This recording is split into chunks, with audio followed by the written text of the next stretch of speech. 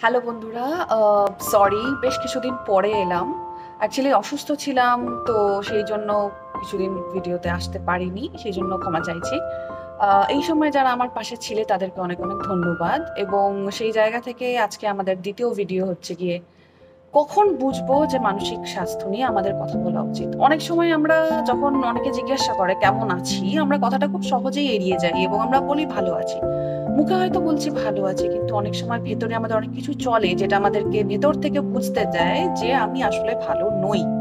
তো কখন বুঝবো যে আমি ভালো নই, কিন্তু তাও ভালো থাকার জন্য আমাকে হয়তো এক প্রকারের অভিনয় চালিয়ে যেতে হচ্ছে, সেটা নিজের কাছে বা হয়তো বাকি আমাদের কাছের মানুষদের কাছে। যেই মুহূর্তে আমি বুঝতে পারবো যে আমার শরীরে বা কোথাও মনে হয়তো আমি ক্লান্ত বোধ করছি, সেটা শারীরিক কারণে হতে পারে, সেটা মানসিক দিক থেকে হতে পারে, কোনো ইমোশনাল দিক থেকে হতে পারে, হয়তো আমার বারবার মনে হচ্ছে যে আমি কি এইটা কাজ করতে চাই, বা আমি কি এই জায়গায় যেতে চাই, বা আমি কি মানুষদের সাথে কথা বলতে চাই, তখনই আমার নিজেকে প্রশ্ন করব যে অ্যাকচুয়ালি কি হচ্ছে, কোথা থেকে এই জিনিসটা তৈরি হচ্ছে, কেন আমি দূরে সরে যাচ্ছি নিজের দিক থেকে, বা আমি কিছু মানুষজনের থেকে হয়তো দূরে সরে যাচ্ছি, এই কারণগুলো কি।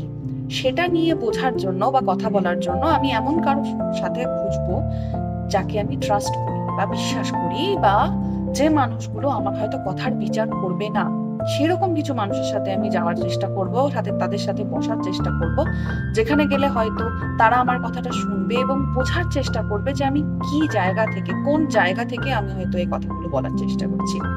আজকে এই পর্যন্তই।